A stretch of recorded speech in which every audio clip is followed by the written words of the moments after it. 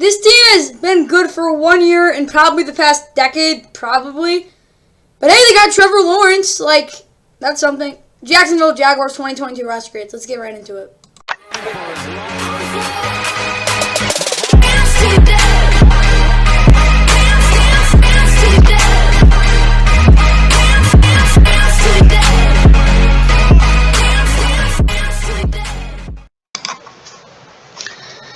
And what's going on, guys? Welcome back to the Fun NFL. Of course, like and subscribe. Hope you guys enjoy. Demaryius Thomas, Boston University researchers are convinced that he died because he had generative brain disease, CT. CT is a terrible disease to have. Brain generative basically means that it's or degenerative means it's not working efficiently, but it's still wearing down your brain and creating more TAU protein or tau protein, which is what's in CT. That's really sad, obviously. CTE is something horrible. You never want to get it, but it is sadly a part of football. Until we can find a disease, these researchers can. Let's hope they can, because if there's someone they're able to find that disease, it would be very important. Either way, guys, let's get right into the video. Kind of rambled about that, but here we go.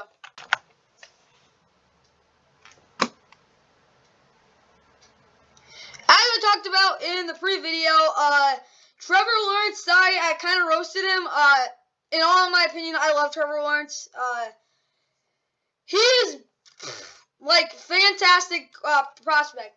He was struggled last year. Obviously, it wasn't all on him. I'd say, if I had to be honest with you, it was 70% on the situation, probably even 80%, and 20% on him. He built some very bad habits last year as well. I did a very extensive research and a lot of film analysis on him. Number one thing is, he does feel like there's a ton of pressure on him. The way he plays is like there's a ton of pressure on him, which isn't always bad, but it isn't good. His awareness is kind of screwed up because coming out of college, he had really good awareness. It's not really there anymore. His accuracy is just, his mechanics aren't really that bad. It's just the fact that his footwork is kind of messed up, to be honest. If he can fix up his footwork, and he's good under pressure, he's basically got all the big things down, but his footwork is kind of screwed up. In the mental part of it, I feel he's very aggressive, but it's like we're losing by 30. And they won't be losing by 30 every game this year. I guarantee you that. They're going to be bad, but they're not going to be that bad. They're not going to be as bad as they were last year. For that reason, let's hope Doug Peterson can help Carson Wentz out, and they can Trevor Lawrence, help him out. Make sure he doesn't feel like it's all on him and he doesn't need to push the ball downfield every play. He's got a really good arm, too. See, basically, he's perfect quarterback prospect, but the one thing is, well, he's not perfect, but he's really good. CJ Beathard, he's not the worst backup in the world. At least he won some games. Nothing bad about him. Jake Lewin's bad. I don't really need to say much else about him.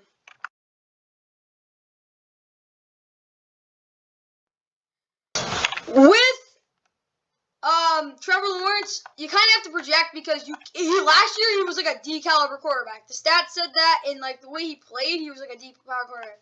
He had a lot of splashes, though. I guarantee he will not even close to as bad as he will be last year. But it's going to take a while.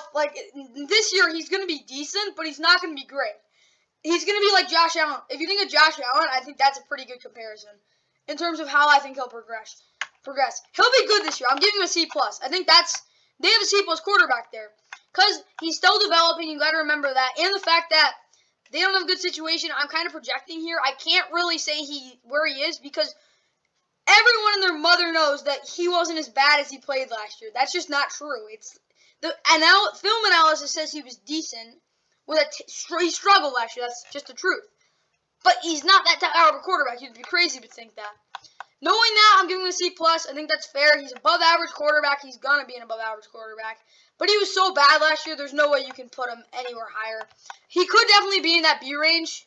I would not be surprised by that. But I think he'll be a little bit above average this year. Okay, now when we get into the running backs, Travis Etienne Jr. tore his Achilles, didn't play the whole season. He's back now. He'll be a receiver and a guy out of the backfield. James Robinson, he's just a better running back in my opinion. He's more well-rounded, obviously, but Travis Etienne Jr., the one thing he doesn't have is power, and his speed is not as good as James Robinson. In my opinion, James Robinson, he's a really good running back. He's not great. He was on the all-rookie team, obviously. He got benched. He didn't play 3 of the games, but he had 4.7 yards per carry on 164 carries. 767 yards. That's really good. Again, obviously not on a good offensive line. Their offensive line isn't terrible, but it's not good. He did fumble 3 times. He did show explosiveness, though, with a 58-yard run. And then he also was good in the receiving game, too. 49 for 344 and 3 touchdowns. He didn't really have many targets as well, either. So that's a big thing to remember. Total touches, he had almost 1,000 yards and 8 touchdowns on only 195, which isn't really that many when you keep everything else in mind. Then you look at their backup, is Raquel Armstead. Raquel Armstead is not great. He didn't even really get any touches, did he? Yeah, he got 15 touches, man. I know he's been productive when he's been out there, though. So, like, Raquel Armstead isn't the worst third guy. But James Robinson and Travis Etienne, I think Travis Etienne will be a good backup, but he's not going to start. James Robinson is a top 16 running back. He's very good, and that's just the truth about it. Yeah, he wasn't as good as he was in his rookie season, but he's still really good. That's my opinion on this running back room. Okay, when we look at the grading, I'll give him a B-. The depth isn't great, I'll be honest with you that, but they do have James Robinson is a starting caliber running back, which is huge. I can't give him a B just for the fact that they've never had a super running back room. Oh yeah, I forgot to grade the quarterback. That's 15 plus 3 is 18 out of 30, which is 60%. Is it though? Yeah. But what I was gonna say is B- here. Like the stats say so too. They don't have that depth either, but I do think they have a decent running back room. If one of them gets hurt, like whatever, they'll have another guy there as well. The backup will be lacking though. Like Snoop Connor, I don't think he'll be very good. But other than that, this isn't the worst running back room in the world.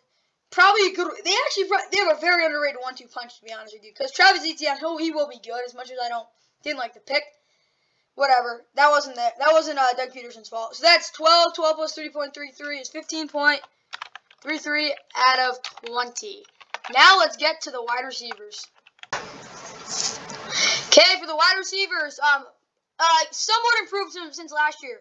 Christian Kirk, not a number 1 receiver, but he's not the worst. Marvin Jones Jr., he's been productive his whole career. He's very good in the red zone.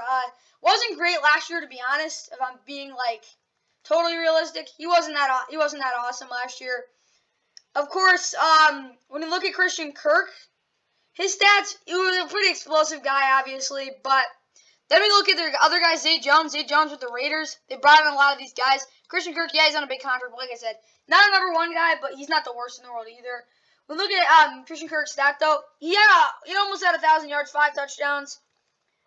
He did have 6 drops, 5.82, but he will drop the ball. He does make some plays. And biggest of all, he is very efficient when it comes to making catches. Like, he makes the catch most of the time. 74.8% catch rate is not bad at all. Then when I talk about Marvin Jones, like, kind of already talked about it, but let's get right into the stats. With Marvin Jones, he had 73 catches for 832 yards, only 4 touchdowns, but that will improve with Trevor Lawrence this year and a better running game.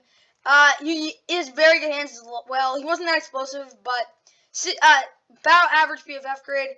Then you want to talk about someone, you can talk about Laquan Treadwell. He only played 12 games, but he's not great. Of course, he's a bust, but whatever. He was one of their most productive receivers, which is the problem. And his PFF grade wasn't bad either. He did make plays. Of course, they lost DJ Chark. Laviska Shenault, I don't like Laviska Shenault. He's very sloppy, kind of like Kier Elam. Does not play in the sim. He's not very technically sound. Makes a lot of mistakes. He does make up for it with his explosiveness, but other than that, he's not great. Jamal Agnew's a returner. He can be a weapon, though. And, of course, Marvin Hall. He's good for a bomb once a season, but other than that, not much. Okay, so for this receiving room, I can't give it just a C, though. Yeah, they don't have a number 1 receiver, but they have 3 number 2 receivers, and they have good depth. Like, their depth is good. They have 5 guys that, yeah, Laquan Treadwell isn't good. I'll give him a C. Laquan Treadwell is not good. I'll be honest with you. He is not good. But they do have some depth, which is big. They don't have a number 1 receiver. That's probably why they get a C. And it's not terrible. Like, it's not the worst in the world. It's just about average. It could be better, but whatever. Can't give them a C- because it's not like you look at that receiving core and you're not like, whatever. It's not the worst. C, that's 2.67. 2.67 plus 9 is 11.67 out of 20. Now let's get to the tight ends. Okay, tight end time. Evan Ingram with the Giants last year. He had 46 catches, 408 yards, 3 touchdowns. Of course, he had bad hands, 8.2% drop rate. His long was 30, 53.5 PFF, can't block. He made the Pro Bowl somehow in 2020 as well. Not the worst tight end, not the best. Nothing much more to say. Dan Arnold, I like Dan Arnold in 11 games, 35 catches, 408 yards. Didn't have a touchdown though. He did have a 28-yard catch though. Below average PFF grade. Chris Manhertz is just bad, and Luke Farrell is so raw. Whatever. It's a bad tight end room, but Evan Ingram isn't the worst you could have. He's not a legitimate weapon though, and they don't have any blockers, which is a problem. I'll be honest, it's better than they used to have, but I still have to give it like a C-. Evan Ingram's just been bad. Like, there's nothing much more to say about Evan Ingram than the fact that he's just been bad for a while.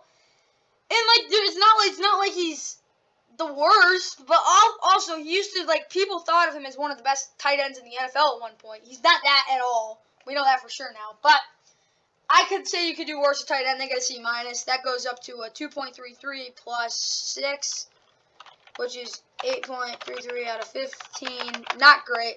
Now let's get to the offensive line. This Jags offensive line is weird. Cam Robinson, he's below average, but he's not that bad, to be honest with you.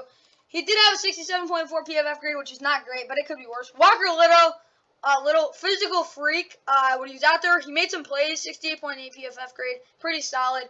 Ben Barch, not great as a left guard. He could be worse, though, I'll be honest with you on that. And then Will Richardson Jr. is bad. Like, he's just not good in the run game. He's not terrible in the pass game, though, so that's decent. Luke Fortner, a rookie, what was he, a fifth-round pick out of Kentucky. He blocked for Will Levis last year. Probably one of the best centers in college football, so that's good there. Then you also have Brandon Scherf, of course, an all-pro, 73.36 PFF. He was literally the only guy out there, but he's a 2015 All-Rookie team, 2016-2017 Pro Bowls, 2019 through 21, along with that Pro Bowls, and he was a first-team All-Pro just 2 years ago. So I liked him there. Then you got Jared Hocker as well there. He was a UDFA out of Texas A&M. He did struggle last year, but you got to remember, he was one of the best guards, run blocking guards coming into 2020. He just stunk it up last year. And you got Juwan Taylor. Juwan Taylor's just terrible. Like, he starts because it's better for the team. That's about it. And then Berarda Traore didn't play at all, and so that's basically it. This is not the worst offensive line in the NFL by any means, but it's nothing special. So basically, in my opinion, this is about a C offensive line. It's literally average. Not the fact that they're bad by any means. I don't think, like, it's not terrible because, like, you have 3 guys that are starting caliber guys. Then you have a superstar in Brandon Scherf, he's getting older. I don't really care. Then you got Juwan Taylor, who's awful. So you have all that in mind. It's about a C, maybe a C-. I'll give him a C there, be a little generous. That comes out to an 8.67 out of 15, which is fair. Now let's get the overall offensive average. So it actually comes out to a 62 out of 100, which is obviously D tier.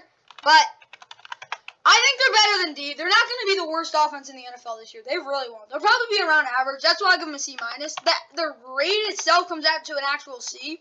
But I think it's going to be a little bit below average offense. It's going to be in like the 16 to 20 range. Not great, not terrible. That's this team's offense, basically. But for sure, there's a couple things that are going to make them bad, obviously. But they're a young team as well. But I do think they're not going to have the worst offense in terms of their roster. Okay, linebacker time. This is edge guys as well. I'm joking. We're just talking about the guys in the middle. Devin Lloyd, first round pick number 26, I think. Devin Lloyd I like a lot. He was definitely the most overall, like, what am I going to say? Overall prospect. He was very technically sound. Of course, he's not the fastest dude. He's pretty athletic, though, which is huge. Good length. I like him. Foyesade Oluokun, he is not athletic at all, but he does make a lot of tackles. He can make force turnovers, good playmaker. Overall, good linebacker, in my opinion. Shaquille Quarterman, not great. That's just the truth. Chad Mamba, this dude can hit, but that's just about it. Yeah, that's basically this linebacking core. It's 4 guys here. Tyrell Adams and Chappelle Russell. Chappelle Russell I do like a lot, just for the fact that he does make plays. Of course, he played for the Falcons as well. Then you got Tyrell Adams as well. He's a good vet. He also can make plays. But other than that, they don't really have much here. Yeah, it's okay. Okay, so overall, this is not a bad linebacker core. I'd give it like a C+. It's whatever. It's definitely above average because their depth isn't bad by any means. Like, well, you know what? Their depth isn't good, but their starters are good, so I'll give them that. C plus, that's 3, 9, 9 plus. Shoot. 9 plus 3 is 15. Out of 20? That doesn't. Oh, yeah, that makes sense. Nice. That's basically what I gotta say for that. That makes sense. 9. 9 plus. Oh, never mind. 12 out of 20. That's nice. Now let's get to the line, defensive line. Okay, this is gonna be fun. Florenzo Faticasi. Faticasi, big man. That's about it. He just takes up space.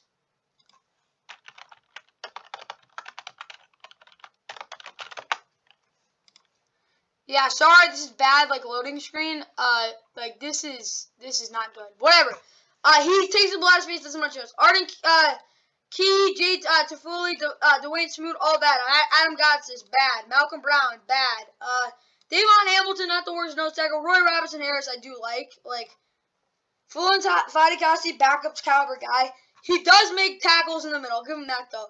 But overall, this linebacking core, I mean, these guys, the 3-4, in terms of the D linemen, are not good. Roy Robertson Harris, I do like, though. He's decent. Yeah, only 3 sacks, but he's good in the running game as well. So, I'll give it like a D. Yeah, they do have guys that are starting They have one guy I like, Roy Robertson Harris. The other 2 guys are decent in run defense. But they don't get any penetration. They don't go after the quarterback, and they're backups. There's a reason they're backups. They started last year. The Jags had one of the worst pressure in movement rate in terms of the offensive line. They got dominated a lot, and you could see that. That's why they get it deep. I like Roy Robertson Harris, but other than the backups, they're not good either. So that's why they get that. But Roy Robertson Harris is decent. So that's 4 plus 1.67 is 5.67 out of 15, which is bad. Now let's get to the pass rush. Okay, the good thing about this pass rush is it has a lot of promise. Josh Allen, yeah, he was not great last year. He was not great in 2020, but he has flashes, and I still think he's a good pass rusher. Like, we've seen it. He's not a bust, definitely not a bust. He hasn't been a disappointment either. Trayvon Walker is the number 1 pick. He is a physical specimen, has the highest ceiling in the draft. I've come to know that. Say what you want about stats, but this dude will be, I don't think he should have been the number 1 pick, but he was the number 1 pick. We have to expect a lot out of him. And, yeah, that's basically Trayvon Walker for you. Jameer Jones, who is this dude? First season in the NFL. I don't know much about Jameer Jones. And then Caleb on Chase on is a bust. Deshaun Nixon, rookie UDFA out of Norfolk State. Oh, this is the dude that absolutely murdered North Dakota State's quarterback. I forgot his name, but whatever. Deshaun Dixon can get after the quarterback. He's pretty athletic, but due to lack of competition, he didn't do much. So I wouldn't be surprised if this dude made a lot of big plays. So this year for this pass rush, it's like a C minus. Trayvon Walker's gonna struggle. He's gonna get doubled a lot, but not only that, like, him and Josh Allen are not going to be the only 2 guys. Those are the guys that are going to be getting after the quarterback. Because other than Roy Robertson Harris, there's no one who can really do it. They're going to struggle to get pressure. I do think they do have a good duo, young duo. But that's the thing. They're young and they're still developing. Yeah, Josh Allen's he's not a good number 1, but he's about an average number 1 for a pass rusher. So you got that. But other than that, there really isn't much at all. There's no depth whatsoever there as well. So that is a problem. So a C minus for the pass rush, that comes out to, 2.33. 2.33 plus 12 is 14.33 out of 25, which is not good. Now let's get to the cornerback. Okay, cornerback room. Darius Williams, love him or hate him, he makes a lot of big plays, and he steps up when he needs to. Shaquille Griffin was terrible, like absolutely putrid last year. But thank God you have Darius Williams, so he will not be that bad this year, but he's still not good. Tyson Campbell, most underrated rookie, A-plus pick, big steal, nothing more to say about him. Ruby Ford is bad as well, another bad veteran on this team. The one thing you can say about him is, though, he's good at breaking up passes, and he doesn't give up the big play, but he's terrible at tackling. Xavier Crawford, oh gosh, 2019 6th-round pick. this dude has just been nice. Trey Herndon, there's a reason he's here. He used to be one of their starters, actually. He's bad. Chris Claybrooks is bad as well. So overall, there's some promise in this quarterback room. Like, they have Tyson Campbell, which is nice. But other than that, it's pretty bad. So for this cornerback room, C+. Like, you have Tyson Campbell, you have Darius Williams, but Shaquille Griffin was just probably a bottom 3 corner last year. He was just so bad. Not only that, though, but they don't have anything really else other than that, like, to be honest. But I gotta admit, it's above average in terms of the C+, because the fact they do have promise, and when you have promise, you can't really ignore it. That's why they get a 12 out of 20. And it's just the fact that they don't have much, but they do have a couple really darn good things going in that secondary. Now for the safeties. Okay, for the safeties, Rayshawn Jenkins really isn't that bad, to be honest. He's not a box safety. For, like, why does he play strong safety? I don't know, but he's good over the top, good too high. Andrew Wingard, really, I didn't watch a lot of Andrew Wingard. Like, it was more Rayshawn Jenkins for me. Like, when I watched film, I didn't really get around to watching Andrew Wingard. He wasn't terrible, though. Like, his PFF grade says that as well. But when I watched him, I remember he didn't make up any big mistakes. Andre Cisco, good in the box. Daniel Thomas, oh, crap. This dude, I remember he played one game against Houston, and he got absolutely destroyed by Will Fuller, and Deshaun Watson's eyes, like, absolutely just got torn apart that game. So, yeah, Daniel Thomas is not great. You do not want him as your free safety. But other than that, it's not the worst safety room. Okay, for this, I'll give them a C-. Like, their depth isn't good. It's not. They have good versatility. Andrew Williams is probably the best safety in that secondary, though. Rayshawn Jenkins, like I said, he's okay. He's not the best, but there isn't really much to like about it, and there's really just not much to think about in the secondary. It's not like they make mistakes. It's just whatever. That's how I'll put it. Safeties, 9, C-. That's 2.33, 11.33 out of 20. It is underrated, though. I'll give them that. You can't say that this is a bad secondary. They don't do a lot. I'll be honest with you. They do their job at a decent level. I'll put it that way. Now let's get to the defensive average. So their grade comes out to a C-. Their ranking thing goes to a D. Their ranking's a C- in terms of the average, and their roster grade range is a D-. So overall, that comes down to a D. It's young. That's the thing. This is a young defense, and like their defensive line is not going to be good. Roy Robertson-Harris does provide pass rush, but that's it on that defensive line. The linebackers themselves are not terrible, but they're not going to be great. Their pass rush won't get any pressure. Their secondary is about average. They don't do a lot. I guess they do. You can say they do their job. But with that in mind, this is going to be a struggling defense this year. Not only because they're young, it's just the fact that they don't have enough talent just yet. I do like them, though. I think they could be decent, but this is not a very good defense, I'll be honest with you on that. Now let's get to the special teams. Okay, starting out with this kicker, Ryan Santoso. Oh, gosh. Did he even play a lot last year? Was he their kicker? Why am I not remembering he was their kicker? He wasn't good. Like, that's all I have to say. Yeah, he's not good. Logan Cook, solid punter, nothing much more. Jamal Agnew, best returner in the NFL. That's about it. Ross Manchestick, he does botch some snaps. Not very good at snapping the ball. But other than that, it's okay. So when you have Jamal Agnew in your special teams room, you get like a B- for the fact that he puts up that much of an impact. The other guys are pretty bad, though, so you have to keep that in mind. And the Jags never have a good special teams room, but they have Jamal Agnew, so they get a B-. That's 3.33 plus 4. 7.33 out of 10. Nice, Jags. And now let's get to the depth grade.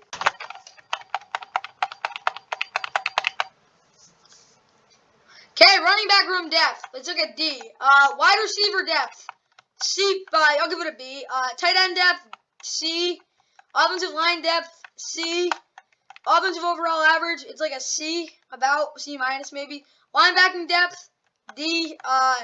Defensive line depth. Honestly, it's probably like a C+ because they do have had guys that have started.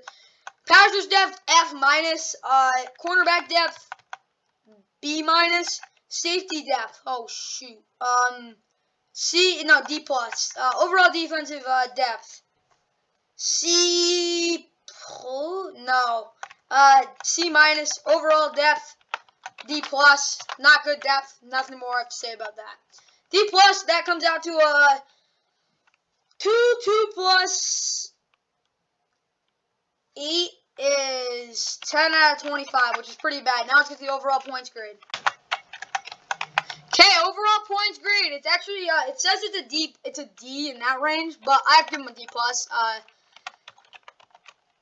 This roster has a lot of promise. It's just not that talented, to be honest with you. That tells you by they have nothing really that high on their team. There's nothing really that great.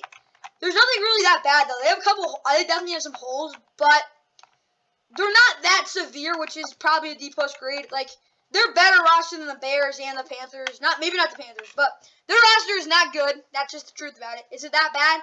Probably not. And I'll just say one last thing. I'm changing the Bears roster grade to a D when I really just think about it. So that's basically their roster grade before we do the resumes later. Either way, guys, like, subscribe. Hope you guys enjoy. That's the Jaguars 2022 roster grades. RG3 in the game, but the starting running back J.K. Dobbins is still in the game, and he goes down the field. That is a 72-yard run.